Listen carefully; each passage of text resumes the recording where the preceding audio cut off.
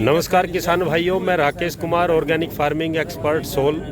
और आज मैं आया हूँ टोहाना में चिराग मलिक जी के फार्म पे। अभी हमने इनका भूमि उपचार यहाँ पे कुछ करवाया था। और जैसे कि मैं बोलता हूँ कि एक फार्मर को अगर ऑर्गेनिक फार्मिंग में जाना है तो उसको 3 तरीके से फिट होना पड़ेगा। सबसे पहले फाइनेंशियली फिट, सेकंड उसमें मेंटली फिट और थर्ड फिजिकली फिट।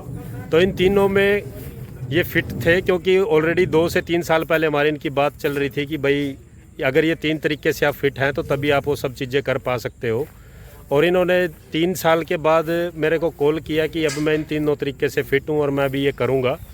तो हमने इसमें वो करवाया था। आइए तो उनकी मैं फसल भी आपको दिखाता हूँ फर्स्ट टाइम की, और उनके ही व्यू और उसकी जो भी टीम है यहाँ पे जो भी कार्य करती है उसके व्यू मैं आपको इस वीडियो में दिखाऊंगा। तो चलिए चलते हैं हम अपने चिराग भाई के पास में।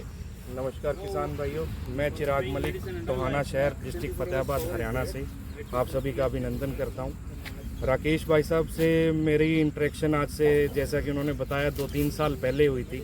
सोल ऑर्गेनिक्स को मैंने यूट्यूब पे देखना शुरू किया था, लोगों को उनकी पद्धति फॉलो करते हुए देखा था, तो इन्हें बुलाया था।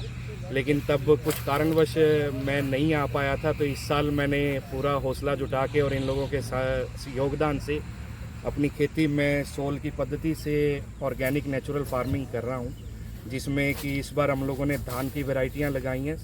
बासमती है 1692 और दूसरी मोटी है PR 14। और हमारा रिव्यू तो बहुत अच्छा रहा है, क्योंकि हमारे पास तो जो भी आया तो वो कोई हमें फ़र्क भी नहीं बता पाया कि भी आपने बिना यूरिया DAP के ऐसे फसल करा रखी है।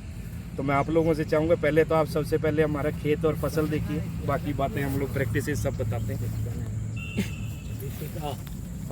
ये इनकी फसल है, बारीक जो धान है, और फर्स्ट टाइम की ये क्रॉप है इनकी ऑर्गेनिक में, और तुरंत ये केमिकल को छोड़ करके ऑर्गेनिक में आए हैं। सेकंड जो क्रॉप है इनकी वो ये है PR 114। तो ये भी आप देख पाओगे कि कैसी वो खड़ी है। अब मैं इसमें अच्छा और बुरा नहीं बोलूँगा आप लोगों को, क्योंकि वो खुद ही वो लोग बताएंगे जिन्होंने ये देखा है, और उनके पड़ोसी भी बताएंगे क्योंकि वो भी यहाँ पे मौजूद हैं। तो हमारा तजुर्बा जो ये नेचुरल फार्मिंग और आप लोगों की पद्धति से करने का रहा, चीज़ें सिर्फ एक बार शुरुआती तौर पे मुश्किल लग रही थी, क्योंकि करने को बहुत कुछ था।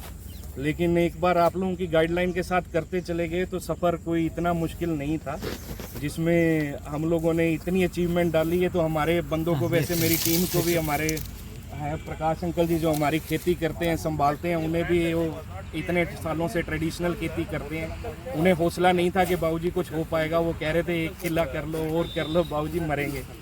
लेकिन उनका भी तजुर्बा हम जानेंगे कि उनको ये सब कैसा लगा। मेरे हिसाब से, क्योंकि पिछले साल भी मैंने ट्रेडिशनल फार्मिंग से किया था, तब मैंने सोल को नहीं ज्वाइन किया था, इस साल सोल को ज्वाइन किया है। तो मैं तो जीरी में कुछ ना कुछ बेहतर ही बता पाऊंगा कि काफ़ी रोगों से, काफ़ी रे स्प्रे से, काफ़ी कीटों से हमारे तो जीरी बची रही है। हमें तो किसी चीज़ की ज़रूरत नहीं पड़ी। हालांकि पिछले साल हम लोगों को हर 15वें दिन इतने कोई इंसेक्टिसाइड, कभी इंसेक्ट कंट्रोल, कभी फ्लाई आ रही थी, तेला चेपा जिसे हमारे यहाँ कहते हैं, हल्दी रोग भी पिछली बार था। इस बार हालांकि क्लाइमेटिक सिचुएशन हमारे फेवर में नहीं थी, क्योंकि इतने दिन लगातार बहुत बारिश हुई, मौसम भी नहीं खुला था। उसके बावजूद भी हमारे पड़ोसियों की आप देख पा रहे होंगे वहाँ फसल, उनको हल्दी रोग और ये काफ़ी चीज़ों का सामना करना पड़ा। उसके कंपैरेटिव हमारे हल्दी रोग भी बहुत थोड़े से एरिया में, तकरीबन अगर मैं पूरा कैलकुलेट करूं तो 2 किले 14 की वैरायटी में शायद 2 या 2.5 कनाल के करीब हमें फेस करना पड़ा। वो भी हमारा इनिशियल फेस पे काबू आ गया अनुजल की मदद से। तो मैं तो सभी को, आप लोगों को भी इस पद्धति के अंदर स्वागत करना चाहूँगा। मेरे से ज़्यादा मेरी फसल बोलेगी, जैसा मैं पहले भी कह बैठा हूँ। तो आगे हमारे प्रकाश अंकल से, उनसे भी उनका तजुर्बा जानिए रखिए। अभी हम जो यहाँ पे मेन काम जो देखते हैं हमारे प्रकाश जी, तो उनसे पूछेंगे जिस टाइम हमारी फर्स्ट मीटिंग इनके साथ में हुई तो ये क्या बोल रहे थे, वो भी थोड़ा सा वो बताएं, और अभी इसमें कितना वो सेटिस्फाई हैं इसको लेकर के, तो बताइए थोड़ा प्रकाश जी। वो जानना चाह रहे हैं आपसे कि जब डॉक्टर साहब पहली बार आए थे हमारे पास, तो आपके मन में असंतुष्टि थी ना कि नहीं हो पाएगा? हमारे मन में ऐसा था कि बगैर रेह के और बगैर जैसे घास की दवाई नहीं है जी, इसके बगैर जीरी नहीं होगी जी। इनका मानना ये था कि बिना यूरिया के DAP के नहीं हो सकता। अच्छा, अब जो है ऐसा हुआ है ना तो इसमें डीएपी पड़ी ना यूरिया पड़ी। देसी दवाई के साथ जो है हमारी फसल फुल खड़ी है। अच्छा, इसमें दो कारण हैं। दो कारण ये है कि एक तो इन्होंने प्लांट हर जो मरवाया, डीप प्लाउ। अभी इसकी जो कमियां हैं वो भी वो बताने की वो कोशिश जो करेंगे। है, इन्होंने मिट्टी पलटवा दिया, इस वजह से कद्दू नहीं हो पाया, इसलिए जीरी थोड़ी हल्की रह गई। और अगर यही चीज पलटवाते ना और कद्दू हो जाता, जीरी एकदम फर्स्ट क्लास होती। इससे भी जबरदस्त वो निकल सकती थी। इनका राकेश भैया, मैं इनकी बात को थोड़ा लोगों को थोड़ा और अच्छे से समझ आ जाए। वो कारण ये रहा कि जैसे कि आपने हमारे को दिशा निर्देश किया कि चिराग भाई इसके अंदर तिल बीज के फिर उसको डीप प्लाउ से मिट्टी को पलटा लगवाओ। वो असल में मिट्टी के पलटे के कारण क्या है कि हमारी सैंडी लोमी सॉइल है, वाटर होल्डिंग कैपेसिटी इसकी ऑलरेडी बहुत कम थी। वो कारण ये हो गया कि वो सॉइल हम लोगों ने और नरम कर दी डीप प्लॉइंग से। एक तो पानी खड़ाना जीरी के अंदर हमारे लिए एक बहुत बड़ा चैलेंज हो गया था कि भाई हम पानी कैसे पूरा कर पाएंगे। दूसरा उसके कारण ये हुआ कि वो अपना सैंडी लोमी सॉइल है, तो वो ट्रैक्टर जब कद्दू करने के लिए रोटावेटर से घुसाया तो ट्रैक्टर बैठ गया। और फिर हमने सोचा कि नहीं भी चलो कल्टीवेटर से, आपसे मैंने फ़ोन पे बात की, आपने कहा कि इसको कल्टीवेटर से करवाओ। हमारे सुनील जी कल्टीवेटर के पीछे बल्कि वो गार्डर गुडर वेल्ड करवा के भी उससे कद्दू करते हैं और कोशिश करते हैं। हमने उससे भी करा तो हम एक चक्कर ही लगा पाए, हमारा ट्रैक्टर फिर दसने लग गया। तो प्रकाश अंकल जी जो बताना चाह रहे थे भी, एक तो कद्दू से खरपतवार पे और ज़्यादा काबू आ जाता है, जिससे शायद उनकी फसल को और ज़्यादा पोषण मिलता और खिल के आती। वो कारण वो बताना चाह रहे थे कि डीप प्लॉइंग असल में गलत टाइम पे होगी, लेकिन हमारे लिए करनी ज़रूरी थी क्योंकि हमने भूमि उपचार करना था। अगर हम लोग भूमि उपचार पहले करके और प्लॉइंग 6 माह बाद करते तो कणक के टाइम हमारे को खाली इतना ज़्यादा फर्क ना पड़ता इससे। लेकिन वो हमारी सारी सॉइल पलटा, हमने जितना भी खाद पोषण डाला था वो सब नीचे चला जाता। तो उनका पहला कारण ये था।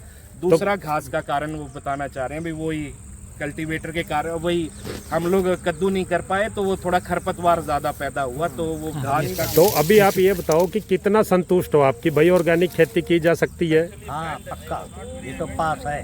पास है ये? पूरा पास है कि थोड़ा पास है? नहीं, पूरा पास है। पूरा पास है।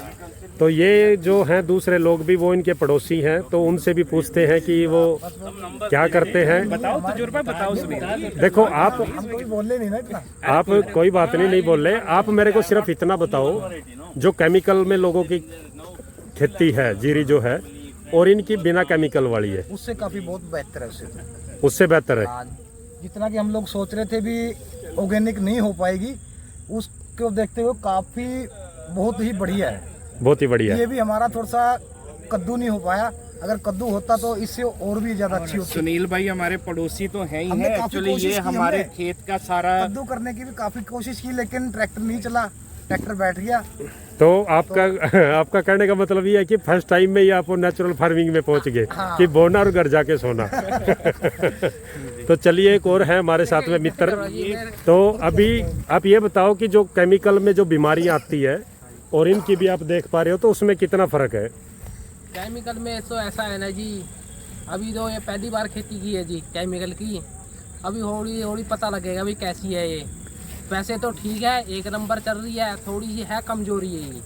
अगली बार जब इसको मतलब केमिकल में लगाओगे उस टाइम बहुत बढ़िया होगी, बहुत फोल्ड होगी। आप थोड़ा गलत समझ पा रहे हो। केमिकल तो वो है जो हम लोग आज से पहले करते थे। ये इसे कहते हैं कुदरती खेती। ठीक है। ये कुदरती तौर पे आपको थोड़ी सी क्योंकि लग रही है, एक बात फर्क है कि लगातार नाइट्रोजन का बुरकाव होना। एक हमारी फसल ने खुद से अपने हौसले पे जमीन से वो खाद पानी पाया, तो उसके मुकाबले डॉक्टर साहब जानना चाह रहे हैं कि आपको कैसी लगी। पहली साल अगर ये बिना रे स्प्रे की जीरी है तो ये आपको अच्छी लगी, हो जाएंगे हम कामयाब इसके। जी, तो इसके अंदर भैया जैसा कि आप लोगों की टीम की गाइडलाइन के तहत आप लोगों ने जो मुझे कल्चर्स प्रोवाइड किए थे, तकरीबन हमारे सभी जितनी भी खेतों में पैडी लग चुकी है उसके अंदर 2-2 हज़ार लीटर से प्लस सातों के साथ कल्चर चल चुके हैं। और जो आप लोगों ने सॉइल ट्रीटमेंट के लिए वो हमारी यहाँ पे जो इन हाउस आप लोगों ने गोवर्धन खाद तैयार करवाई थी, जिसमें हम लोगों ने सभी मिट्टियाँ और कल्चर, वो भी आपकी प्रोपोर्शन के हिसाब से 5-5 ट्राली प्रति एकड़ वो भी डल चुकी है। तो कितना आपने इसमें जीवाणु कल्चर, गोवर्धन खनिज खाद, सूरपाल, नैनो मई राजा, वो सब थोड़ा बताएं कि कितनी मात्रा में आपने? गोवर्धन खनिज खाद तो भैया 50 किलो प्रति एकड़ के हिसाब से 3 बार डली है। जो आप लोगों ने हमारे को डोज बताई थी एवरी 5वें दिन आप लोगों ने हमारे को रिकमेंड करी थी, वो उस हिसाब से डली है। कल्चर्स जैसे जैसे हमारे पास तैयार होते रहे उसका कुछ फिक्स शेड्यूल नहीं रहा। हम लोगों के पास जैसे जैसे जो चीज़ कल्चर में तैयार होती रही बड़े टैंक में 2-2 हज़ार लीटर हम प्रति एकड़ हम लोगों ने वो चलाया। नैनो महिराजा और सूरपाल भी जो रिकमेंडेड डोज है, आधा किलो 2 किलो सूरपाल था जो इसके अंदर डला हुआ है, और नैनो महिराजा 250 ग्राम की 2 पैकिंग, और एक नैनो वो सिल्वर पैकेट में एक कुछ थी फफूंद भक्षक पाउडर, वो भी हमारा इसमें इनिशियल पहली डोज में गया। उसके बाद तो जो इसमें डोज चली है उसमें आपकी गोवर्धन खनिज खाद प्लस सूरपाल वही चला है।